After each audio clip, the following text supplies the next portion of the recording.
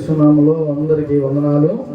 వాక్యంలోకి వెళ్దాం. దయచేసి అందరూ శ్రద్ధగా దేవుని వాక్యం వినాలి. అటు ఇటు చూడద్దు, పిల్లలంక చూడద్దు, ఎవరంక చూడద్దు. దయచేసి దేవుడు మనతో మాట్లాడుతున్నాడు కాబట్టి వాక్యంలోకి వెళ్దాం. అందరూ బైబిల్ తీసినట్లయితే మొదటి కొరింథీయులకు రాసిన పత్రిక క్రోనికల్స్ దినవృత్తాంతాలు, మొదటి దినవృత్తాంతాలు 17వ అధ్యాయం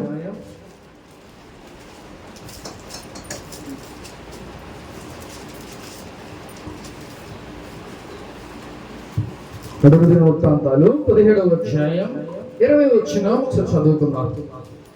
కావున యెహోవా మేము మా చెవులతో వినదంతయు నిజము, నీ వంటి వాడెవ్వడును లేడు, నీవు తప్ప మరి ఏ దేవుడును కూడా లేడు. హల్లెలూయా. ఎంత గొప్ప మాటలండి.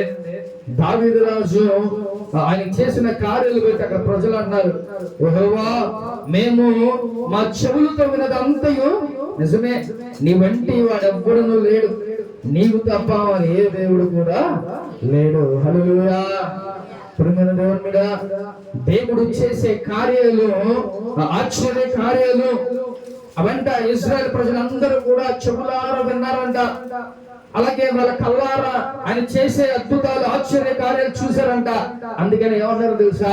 దేవా నీవు తప్ప ఏ దేవుడు కూడా లేదని చెప్తున్నాడు. ప్రియమైన దేవుడా, నువ్వు కూడా దేవుడు మన జీవితంలో అనేకమైన కార్యాలు మన జీవితంలో ప్రతి ఒక్కరికి దేవుడు చేసే ఉంటాడుగా. ఏమన్నా చిన్నప్పటి నుంచి లేదా మన దేవుడు వచ్చిన కాడ నుంచి ఎన్ని అద్భుత కార్యాలు దేవుడు చేసి ఉంటాడు. ఒకసారి మనం ఆలోచించుకుంటే ఎన్ని కార్యాలు దేవుడు మన పక్షాన చేసి ఉంటాడో వాటన్నిటిని మనం గ్రహించుకుంటే నిజంగా ఆయన లేకపోతే మన జీవితం లేదు అని అనిపిస్తుంది.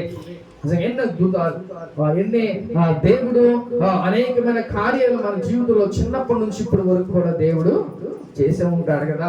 కాబట్టి ఇశ్రాయేలు ప్రజలు ఎలాగైతే దేవా నీవు తప్ప ఏ దేవుడు కూడా లేడు, నీలాంటి ఆశ్చర్య కార్యాలు చేసేవాడు, నీలాంటి అద్భుత కార్యాలు చేసే దేవుడు ఎవ్వరు కూడా లేరని చెప్పింది. ఎందుకంటే వాళ్ళు కనులారా చూశారంట, చెవులారా విన్నారంట. కాబట్టి ఆ మాట వాళ్ళు చెప్పగలుగుతున్నారు. ఈ రోజుల్లో మనం కూడా అనేకమైన కార్యాలు దేవుడు మన జీవితంలో చేస్తా ఉంటున్నాడు కదా. ఎన్నో కార్యాలు, వాటన్నిటిని చూస్తూ వాటన్నిటిని వింటా కూడా మనం ఎలాగ ఉన్నామంట, దేవునికి దూరంగా ఉన్నాం. దేవుడు చేస్తున్న కార్యాలు కూడా మనం సంతోషించి ఇంకా దేవుళ్ళు మనకు ఎత్తులోకి మనం వెళ్ళాల్సింది పోయి ఏమైపోతున్నామంట, పై నుంచి ఇంకా కిందకి, ఆత్మీయ జీవితంలో ఇంకా కిందకి మనం పడిపోతున్నామంట. అలాంటప్పుడు దేవుడు మనకి ఎందుకు కార్యాలు చేయాలి మన జీవితంలో? ఎందుకని దేవుడు మన ప్రార్థన ఆలకించాలి? ఒకసారి ఆలోచించండి. దేవుడు ఎన్నో అద్భుత కార్యాలు, ఎన్నో స్వస్థత కార్యాలు దేవుడు మన జీవితంలో చేస్తున్నాడు కదా. దీన్ని బట్టి మనం ఏం చేయాలి? ఆయనకి కృతజ్ఞతగా మనం ఈ రోజుల్లో జీవించాలి. ఇశ్రాయేలు ప్రజలంట వాళ్ళు విన్న లేకపోతే వాళ్ళు చూసిన ఆ కార్యాల అద్భుతాలు అవన్నీ కూడా ఆ దేవుని పక్షాన వాళ్ళు అంటున్నారు, అయ్యా నీలాంటి వారు ఎవ్వరు కూడా ఈ లోకంలో లేదయ్యా, నువ్వు ఒక్కడవే దేవుడు, నువ్వు తప్ప ఇంకెవ్వరు కూడా లేరని చెప్పి వాళ్ళు చెప్తున్నారు. కాబట్టి నువ్వు కూడా అటు విధంగా ఈ లోకంలో అనేక మందికి చెప్తున్నావా, దేవుడు నా జీవితంలో కార్యం చేశాడు, లేకపోతే దేవుడు నా జీవితంలో అద్భుత కార్యం చేశాడు అని నువ్వు చెప్పగలవా? అలా చెప్పగలిగితే దేవుడు ఎంతగానో సంతోషిస్తాడు. ప్రేమ దేవుని బిడ్డ. కాబట్టి దేవుడు ఆయన చేసిన కార్యాలు వాళ్ళు ఎలా ఉన్నారంట, చెవులారా విన్నారంట. అలాగే వారు కళ్ళారా వారిని చూసి దేవా నీవు తప్ప వేరొక దేవుడు మాకు లేరని చెప్తున్నారు. హల్లెలూయా. చూద్దాం ఒకసారి పైన వచ్చిన 16వ వచనం చదువుదాం. రాజైన దావీదు వచ్చి యెహోవా సన్నిధిలో కూర్చుండి, దేవా యెహోవా నీవు నన్ను ఇంత హెచ్చించుటకు చాలు. హల్లెలూయా. రాజైన ఆ దావీదు ఏమంటాడంటే, ప్రభువా నీ సన్నిధిలో కూర్చుండి లాగా మనం చేసేది ఏమని చెప్పాడంట, నువ్వు నన్ను దర్శించడానికి నేను ఏ పాటి పడినాయా, లేకపోతే నేను నువ్వు నన్ను హెచ్చించడానికి నేను లేకపోతే నా ఇల్లు ఏ మాత్రపు వాడని అని చెప్పి ఆయన ఒప్పుకుంటున్నాడు. ఆయనలో ఏ గర్వం లేదు. రాజైనప్పటికీ ఆయన తగ్గించుకొని ఉంటున్నాడు. రాజైనప్పటికీ ఆయన చేసిన కార్యాలు వివరిస్తున్నాడు. రాజైనప్పటికీ ఆయన కార్యాలు బట్టి ఆయన అద్భుతాలు బట్టి ఆయన ప్రార్థన చేస్తున్నాయా, నువ్వు దర్శించడానికి నేనే పాటి వాడిని ప్రభువా, నేను నా కుటుంబం ఏ పాటిది అని చెప్పి ఆయన ప్రార్థన చేస్తున్నాడంట. ప్రేమ దేవుని బిడ్డ, మన జీవితంలో దేవుడు ఎన్ని కార్యాలు చేస్తుంటాడు. అయినప్పటికీ మనం ఎలా ఉంటామంట, గర్వంగా ఈ లోకంలో జీవిస్తున్నాం. ఎప్పుడైనా దేవుడు మన జీవితంలో కార్యం చేశాడంటే మనం కృతజ్ఞత కలిగి తగ్గించుకొని దేవుని సన్నిధిలో మనం జీవించాలి. దావీదు రాజైనప్పటికి కూడా ఆయన చక్కగా ప్రార్థన చేస్తా ఏమన్నాడంట, ప్రభువా నేనే వాడిని, నేను నా ఇల్లుని దర్శించడానికి నేనే పాటి వాడిని అని చెప్పి దావీదు ఆయన ప్రార్థన చేస్తున్నాడు. ప్రేమ దేవుని కూడా మనం కూడా తగ్గించుకొని దేవుని సన్నిధిలో ఉండటం నేర్చుకోవాలి. అది ఎలాంటి సమస్యలైనా ఎలాంటి ఇబ్బందులైనా ఏదైనా కూడా నువ్వు తగ్గించుకొని దేవుని వస్తే దేవుడు నీ జీవితంలో కార్యాలు చేస్తూనే ఉంటాడు. హల్లెలూయా. కాబట్టి దావీదు రాజు ఆయన రాజు అయినప్పటికీ కూడా ఆయన కార్యాలని ఆయన వివరిస్తున్నాడు, హెచ్చిస్తున్నాడు, అనేక మందికి తెలియచేస్తున్నాడు. కాబట్టి నువ్వు నేను కూడా నీ జీవితంలో నా జీవితంలో చేసిన ప్రతి కార్యాలు బట్టి కూడా దేవునికి మనం కృతజ్ఞతగా అనేక మందికి మన కార్యాలని మనం వివరించాలి. హల్లెలూయా. చూద్దాం ఒకసారి యోహాను సువార్త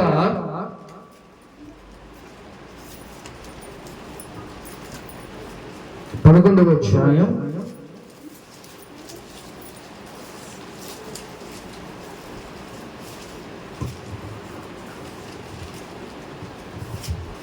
43వ వచనం చదువుకున్నాం. ఆయన అలాగూ చెప్పి లాజరు బయటికి రమ్మని బిగ్గరగా చెప్పగా చనిపోయిన వాడు కాళ్ళు చేతులు ప్రేత వస్త్రములతో కట్టబడిన వాడై వెలుపలికి వచ్చిన అంతటి యేసు చాలు. హల్లెలూయా. యేసు ప్రభువారంట వేరొక ప్రాంతంలో ఉండగా ఆయనకు ఒక కబురు వెళ్ళిందంట. ఏమనంటే తను ఎంతగానో ఇష్టపడుతున్న లాజరు చనిపోయాడని చెప్పి ఆ వార్త ఆయనకి అందించారంట. ఇప్పుడు లాగా మనకి ఫోన్స్ లేవు, మొబైల్స్ లేవు, లేకపోతే ఈమెయిల్స్, లేకపోతే ట్విట్టర్స్, లేదా ఏదో ఒకటి మనకి ఇప్పుడైతే ఉన్నాయి అవైలబుల్ గా. కానీ ఆ రోజుల్లో కనీసం ఉత్తరాలు కూడా లేవు. మనకు రాను ఎలా అయిపోయిందండి, చక్కగా ఉత్తరాలు, గ్రీటింగ్స్, లేకపోతే అవి పోయి మళ్ళీ ఏమైపోయినాయి ఇప్పుడు వాట్సాప్లు, లేదా ఫేస్బుక్, ఇవన్నీ కూడా మనకి అవైలబుల్ గా వచ్చినాయి. ఇవి దేనికోసం వాడాలంట ఏమండి? ఈ వాట్సాప్లు, ఫేస్బుక్లు, లేకపోతే ట్విట్టర్స్, ఇవన్నీ దేని గురించి వాడుకోవాలి మనం? మంచిగా మనకి ఎలా ఉపయోగపడిద్దా అలాగా ఉపయోగించుకోవాలి. అలాగే దేవుని యొక్క మాట ఎలాగా మనం ఆ సువార్త అందించాలో దాని ద్వారా కూడా మనం చేయొచ్చు. చాలా మంది ఏం చేస్తున్నారంటే చక్కగా ఓ పక్కనేమో దేవుని పాటలు పెడుతున్నారు, ఓ పక్కనేమో సినిమా పాటలు పెడుతున్నారు. అంటే అసలు అలా పెడతానకన్నా మన మనసు ఒప్పుకోవాలి. అయితే అటన్నా ఉండు, లేకపోతే ఇటన్నా ఉండు. అంతేగాని స్టార్టింగ్ దేవుని పాట పెట్టి రాగానే మళ్ళీ అవగానే నెక్స్ట్ టైంనే స్టేటస్ ఏముంటది, సినిమా పాట. మరి అంత దారుణమైన పరిస్థితుల్లో ఉన్నారు. చక్కగా నీ యొక్క స్టేటస్ లో అనేక మంది చూస్తూ ఉంటారు, లేకపోతే నీ యొక్క ఫేస్బుక్ కానీ లేకపోతే అనేకమైన చూస్తూ ఉంటారు. నువ్వు దేవుని బిడ్డగా నువ్వు ఏం చేయాలి? దేవుని యొక్క వాక్యాన్ని నువ్వు అందించాలి, లేకపోతే దేవుని యొక్క సువార్తని దాని ద్వారా నువ్వు అందించాలి. కొంతమంది నోరు విప్పి చెప్పలేని వాళ్ళు చాలా మంది ఉంటారు. అలాంటి వాళ్ళు ఏం చేయాలంట, ఇలా పెట్టాలి. మన స్టేటస్ అనేక మంది చూస్తూ ఉంటారు కదా, నీ స్టేటస్ చూసే నీ గురించి చెప్పొచ్చు. అదవుతుందా? కాబట్టి దేవుడు మీడియాను కూడా మనకి ఎందుకు ఇచ్చాడంటే దేవుని సువార్తని అందించడానికి, దేవుని సువార్తను అనేక మందికి పంచడానికి. ఆ యొక్క ఫేస్బుక్ లేకపోతే వాట్సాప్ ఇవన్నీ కూడా మనకి దేవుడు మీడియాని మనకి అనుగ్రహించాడు. దీన్ని అడ్డదిడ్డంగా కాకోకుండా దేవుని కోసం దేవుని సువార్తను అందించడానికి మనం ఉపయోగించాలి. హల్లెలూయా. కాబట్టి ఆ రోజుల్లో ఇవేమీ లేవు. యేసయ్య ఆ వేరే ప్రాంతంలో ఉండగా వెంటనే కబురు తిందంట. ఏమని? లాజరు చనిపోయాడని. వెంటనే యేసు ప్రభు వారు హుటాహుటిన వెంటనే ఆ లాజర్ దగ్గరికి వెళ్ళాడంట. ఎలాగనే తన అక్క అయిన లాజర్, తన అక్క మార్తా ఏముందంటే, అయ్యా కొద్దిగా ముందు వస్తే బాగుండేది కదా. ఏమనందంట? కొద్దిగా ముందు వస్తే బాగుండు కదా, లాజర్ బతికేవాడు, నువ్వు చక్కగా ప్రార్థన చేస్తే వెంటనే లేచేవాడు కదా అని చెప్పి ఆమె బోరుమని ఏడుస్తుందంట. అంటే నా సమయం ఇంకా రాలా. దేవుని యొక్క మహిమార్థమై, దేవుని యొక్క ఆయన నామ మహిమార్థమై అక్కడ కార్యం జరగాలి కాబట్టి దేవుడికి తెలియదు ఆ విషయం. కాబట్టి దేవుడు వెంటనే ఎక్కడ పాతి పెట్టాడో అక్కడికి తీసుకెళ్ళమని చెప్పగానే వెంటనే ఆ రాయిని తొలగించి ఆయన ఒకే ఒక మాట చెప్పాడు. ఏమనంట? లాజరు బయటికి రాని దగ్గరగా ఆ మాట చెప్పగానే ఆ మాటలో ఉన్న శక్తి ఆయన ఇల్లు తాగగానే వెంటనే లాజరు బయటికి లేచిచ్చాడు. అప్పటికి ఆయన ఎన్ని రోజులు అయిపోయింది తెలుసా? చనిపోయి 4 రోజులు అయిపోయింది.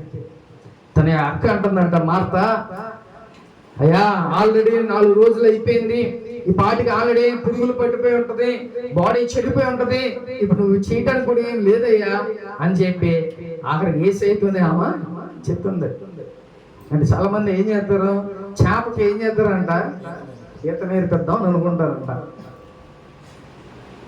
చాలా మంది ఎలాంటి వాళ్ళు, మనలో చాలా మంది ఎలాంటి వాళ్ళు ఉంటారు. ఏమండి, చేపకి ఈత నేర్పించడం మన వల్ల అయితే ఎప్పుడు అది ఈతనే ఉంటది, దానికి మనమే నేర్పిస్తాం. అలాగే మార్తు కూడా యేసయ్యకి చెప్తుంది, అయ్యా ఆల్రెడీ 4 రోజులు అయిపోయాడు, అయ్యా చనిపోయాడు, ఇంక వేస్ట్, మీరు ఎందుకు ప్రయత్నాలు ఏం చేయొద్దు అని చెప్పానంటే యేసయ్య మాటలు ఏం పట్టించుకోకుండా రాయిని తొలగించండి అని చెప్పి బిగ్గరగా లాజరు నువ్వు లేచి బయటికి రాని బిగ్గరగా స్వరంతో ఆయన మాట్లాడగా వెంటనే స్వరంలో ఉన్న అభిషేకం వెళ్ళి ఆయనకి తాకి వెంటనే లాజరు, చనిపోయిన లాజరు పైకి లేచిచ్చాడు. హల్లెలూయా. మన దేవుడు అద్భుతాలు చేసే దేవుడు, మన దేవుడు ఆశ్చర్య కార్యాలు, ఆయన చేసే కార్యాలు చాలా అద్భుతాలు. జ్వరం తగ్గిపోయింది, లేకపోతే అందించిన రోగం తగ్గిపోయింది, ఇవి కాదు. మన దేవుడు చనిపోయిన వారు కూడా లేపే గొప్ప దేవుడు. హల్లెలూయా. అందు గొప్ప దేవుడు మనం ఆరాధన చేస్తున్నాం.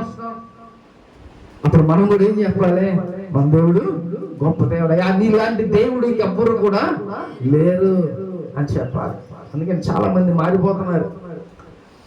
చాలా అనేక మంది అన్యులు అందరూ కూడా ఆ దేవుడు చేసే కార్యాలు కూడా చాలా మంది, మనకు తెలియని వాళ్ళు కూడా చాలా మంది మారిపోయి ఉన్నారు.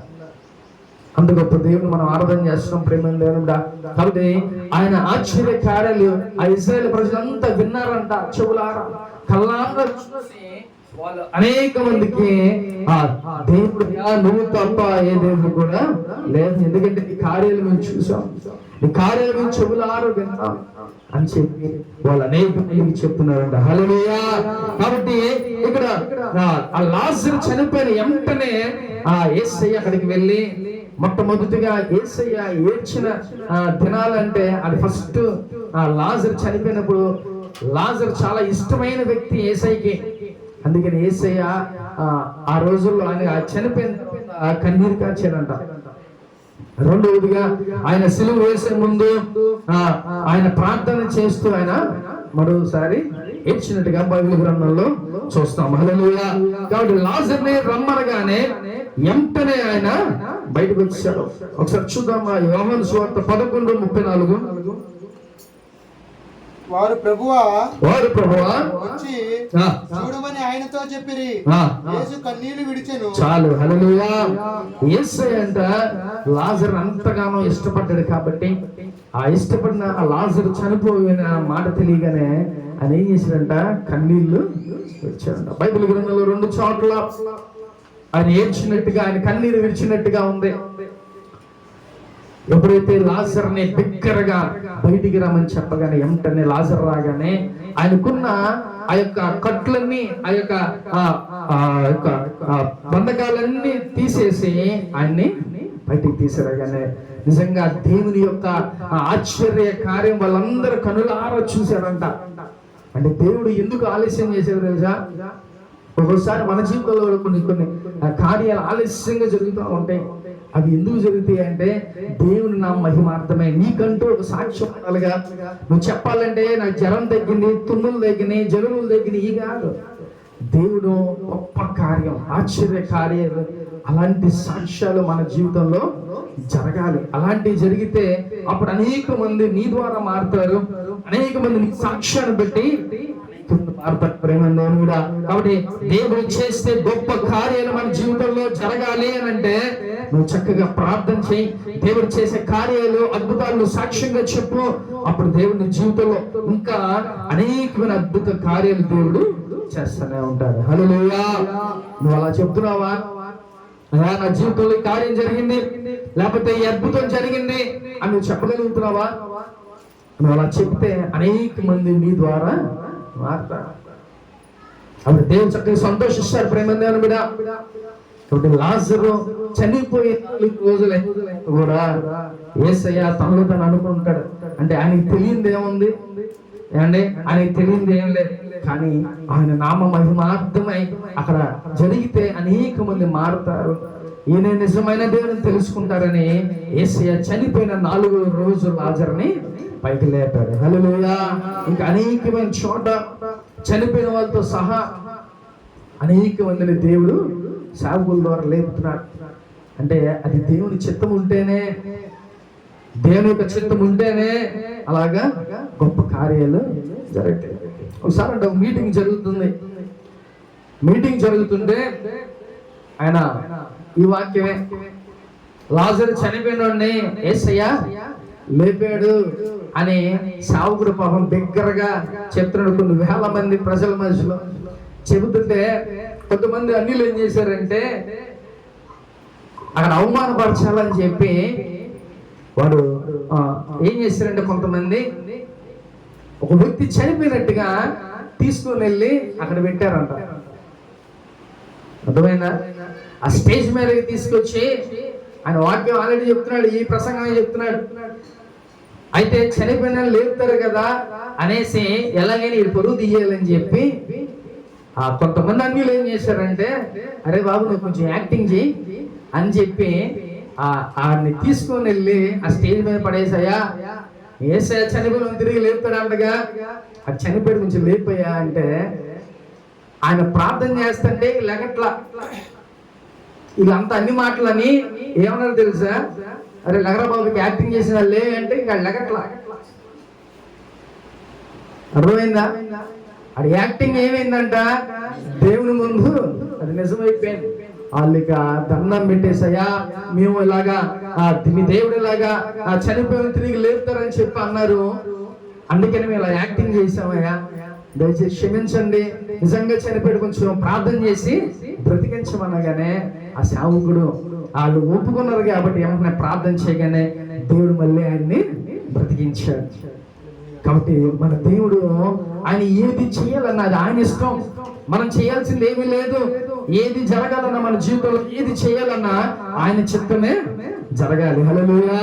కాబట్టి ప్రేమదేవుని మీద ఆ దేవుడు చనిపోయిన వారితో సహా లేపే గొప్ప దేవుడు, శక్తి కలిగిన దేవుడు మన దేవుడు. లాజరు 4 రోజులు ఆ కుళ్ళిపోయిన ఆ యొక్క శరీరంతో ఉన్న ఆయన్ని యేసు ప్రభువు తిరిగి లేపి బయటికి తీసుకొచ్చాడు. హల్లెలూయా.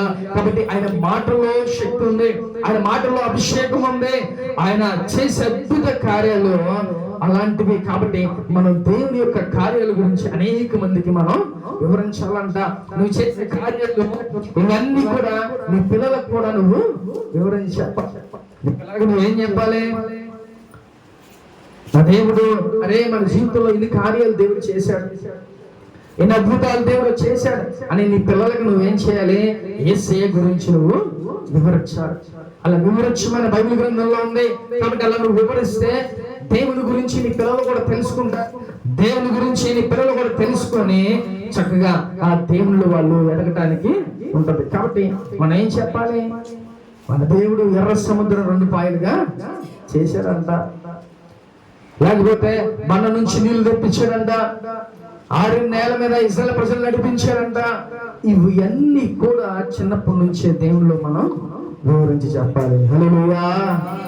మన సండే స్కూల్కి వెళ్తే ఆ సండే స్కూల్లో చెప్తారు ఇవన్నీ చక్కగా పిల్లలకి అన్ని వీటి విషయాలు చెప్తా ఉంటారు. బొమ్మగారు అయితే చిన్నప్పటి నుంచి చక్కగా మా ముగ్గురిని ఆ పక్కనే పొనుగు పెట్టుకొని చక్కగా స్టార్టింగ్ నుంచి ఎండింగ్ వరకు చెప్తా ఉండదు. 2-3 సార్లు చెప్పుకుంటది. అవన్నీ ఎలా చెప్పారు తెలుసు, కథలుగా చెప్పారు.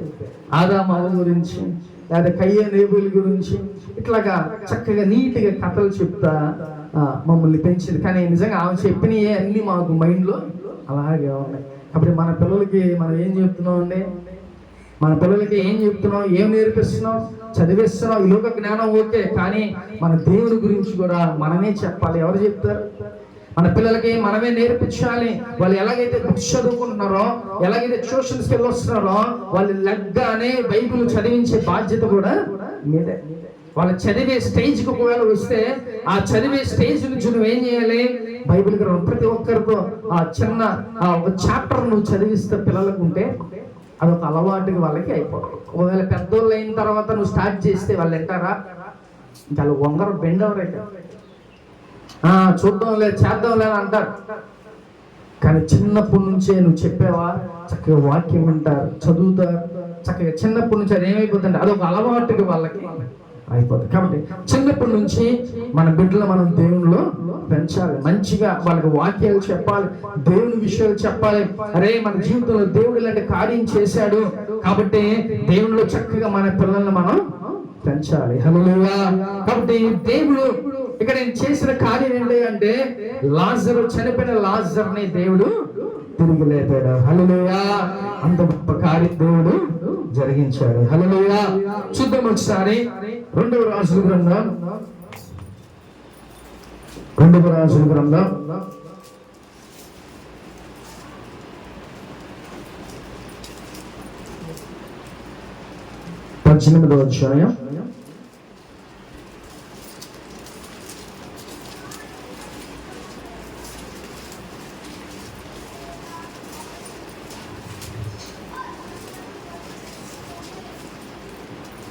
29 నుంచి చదువుదాం.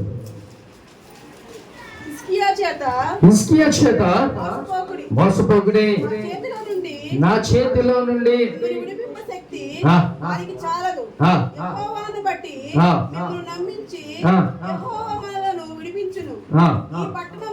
ఈ పట్టణము అష్షూరు రాజు చేతిలో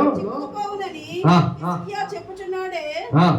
చెప్పిన మాట అంగీకరింపవద్దు.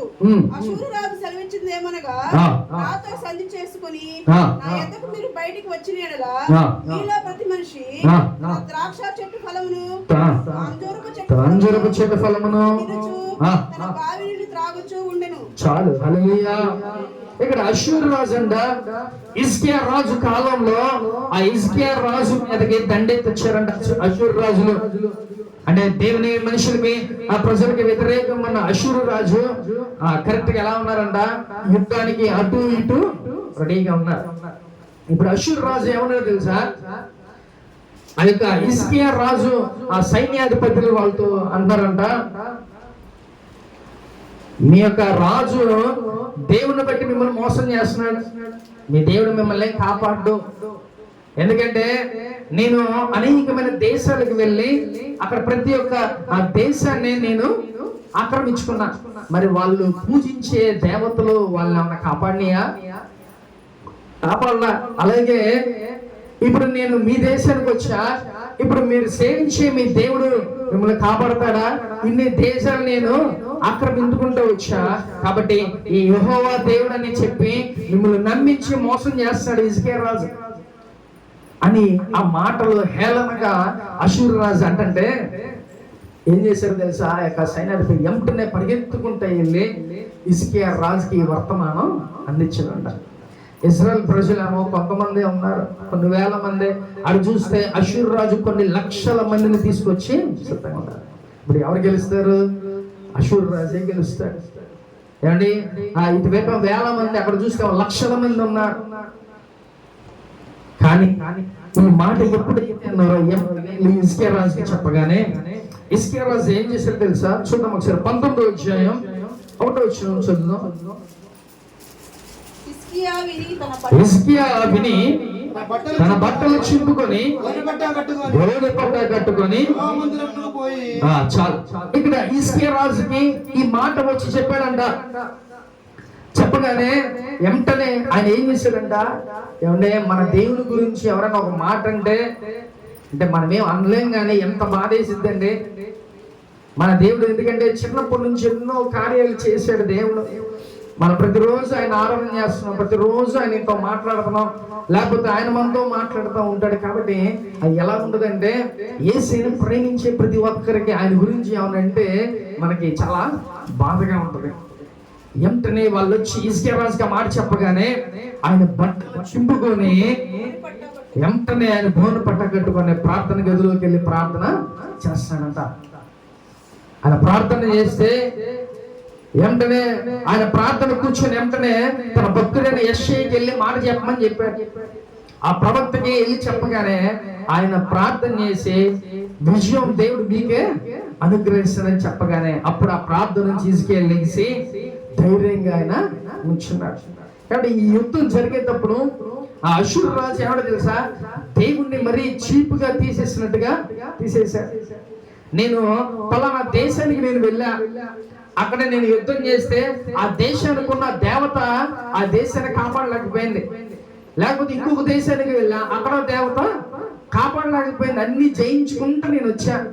కానీ ఇప్పుడు ఈ ఇజ్రాయిల్ మీదకి దండెత్తి రావటానికి వచ్చాను. కానీ హిజ్కియా రాజు మిమ్మల్ని ఏం చేస్తాడు తెలుసా, యెహోవా దేవుడు మిమ్మల్ని కాపాడతాడు అని మిమ్మల్ని భ్రమపరుస్తున్నాడు, నమ్మిస్తున్నాడు. మీ దేవుడు ఏం కూడా కాపాడాడు. ఎంతమంది దేవతలు కాపాడిన వాళ్ళు యెహోవా దేవుడు మిమ్మల్ని ఎలా కాపాడతాడైన ఒక ఛాలెంజ్ గా ఆయన అన్నాడంట.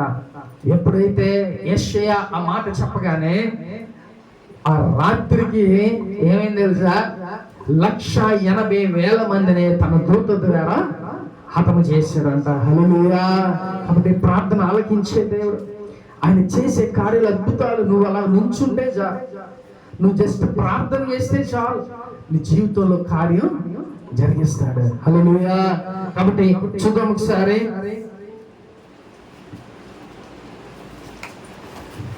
19వ అధ్యాయం 35వ వచనం చదువుదాం. ఆ రాత్రి యెహోవా దూత బయలుదేరి అషూరు వారి దండుపేటలో వచ్చి 1,80,000 మందిని హతము చేశాను. హల్లెలూయా. నిజంగా ఎంత గొప్ప దేవుడు అండి. ఇక మనం గెలవలేం, ఇక మనం ఓడిపోతాం. మన దేవుడి గురించి అవమానంగా మాట్లాడాడు, అనేక మంది దేశాన్ని జయించుకుంటా వచ్చాడు. ఇప్పుడు మనం కూడా ఓడిపోతామని ఆయన అషూరు రాజు ఆ యొక్క ఇజ్రాయెల్ సైన్యానికి చెబుతుంటే వాళ్ళు భయపడిపోయారు. అయ్యో, ఆ దేశంలో దేవతలు కాపాడలేకపోయినాయి, ఇప్పుడు మన మీదకి వచ్చారు, మరి నిజంగా మన దేవుడు కాపాడతాడా? ఆయన మాటలకు ఒక క్వశ్చన్ మార్క్ అయిపోయింది. కానీ ఎప్పుడైతే హిజ్కియాకి చెప్పారో, ఆయన ప్రార్థనలో కూర్చోనగానే దేవుడు ఆ రాత్రి వేళ దూతలు పంపించి 180,000 మందిని హతమార్చేసిందంట. హల్లెలూయా. ఇంకా అక్కడ ఎంతమంది ఉంటారు? మహా అయితే ఒక 5,000 10,000 మంది పైన ఉండొచ్చు.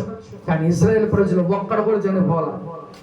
వాళ్ళు యుద్ధానికి రాగానే వెంటనే పారిపోయారంట. హల్లెలూయా. అప్పుడు అషూరు రాజు ఏమని అనుకుంటాడంటే, ఇంతమంది దేవతలు ఉన్న కానీ వీళ్ళ దేశాన్ని ఎవరు కాపాడారంట? యెహోవా దేవుడు అన్ని కాపాడాడు. హల్లెలూయా. కాబట్టి ప్రేమైన దేవుని మీద మనకు కూడా అనేకమైన యుద్ధాలు, పోరాటాలు మన జీవితంలో జరుగుతూ ఉంటే నువ్వు ఎవరికి ప్రార్థన చేయాలి? దేవునికి ప్రార్థన చేస్తే దేవుడు తన దూత ద్వారా నీకు సహాయాన్ని దేవుడు పంపిస్తాడు. ఎవరొక ద్వారా దేవుడు నీకు సహాయాన్ని పంపిస్తాడు. మనకి ఏమి లేదు, లేకపోతే ఈ ప్రమాదం నుంచి ఎవరు కాపాడతారు, లేకపోతే ఈ అవసరతలు ఎవరు తీరుస్తారు, ఎవరు కూడా మనం పట్టించుకోవట్లా అని అనుకుంటా ఉండొచ్చు. నువ్వు మోకరించి ప్రార్థన చేస్తే నీ పక్షాన దేవుడు యుద్ధం చేస్తాడు. హల్లెలూయా.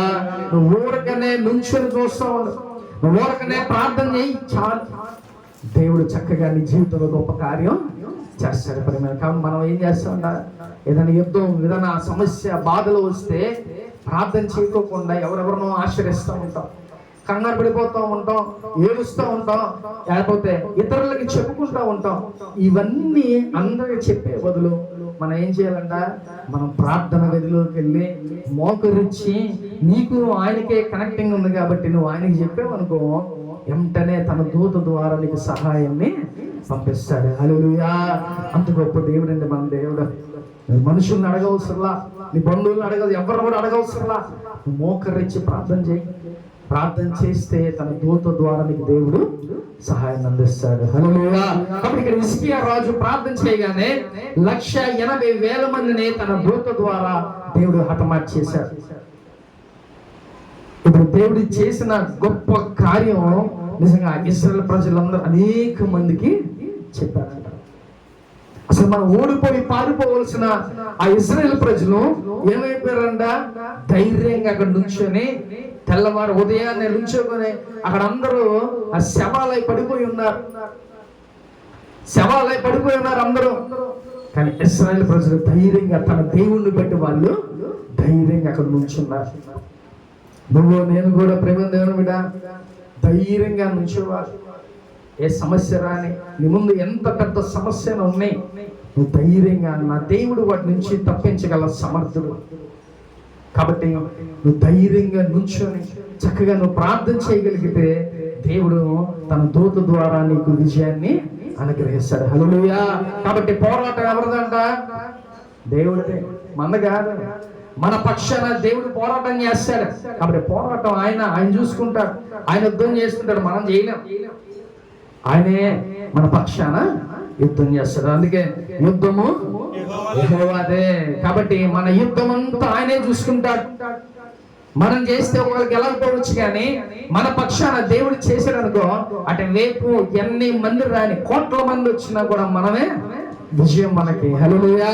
కాబట్టి అలాంటి గొప్ప దేవుడు, ఆశ్చర్యకారులు, అద్భుతాలు చేసే దేవుడు మన పక్షాన ఉన్నాడు.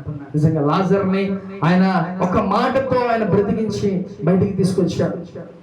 అలాగే హిజ్కియా ప్రార్థన చేయగానే దేవుడు 180,000 మందిని తన దూత ద్వారా హతమార్చి వాళ్ళని తరిమేలాగా దేవుడు చేశాడు. ఇన్ని గొప్ప కార్యాలు దేవుడు చేశాడు. కాబట్టి అందుకని ఇశ్రాయేలు ప్రజలు అంటున్నారు, అయ్యా నీలాంటి దేవుడు ఎవరు కూడా లేరు. నువ్వు చేసే కార్యాలు మీ చెవులారా వింటున్నారు, చూస్తున్నారు. కాబట్టి వాటిని ఏం చేశారంట? మనం వివరించాలి. మనం చేసే అద్భుతాలు మనం వివరించాలి. హల్లెలూయా! కాబట్టి చూద్దాం 2వ రాజుల గ్రంథం 19వ అధ్యాయం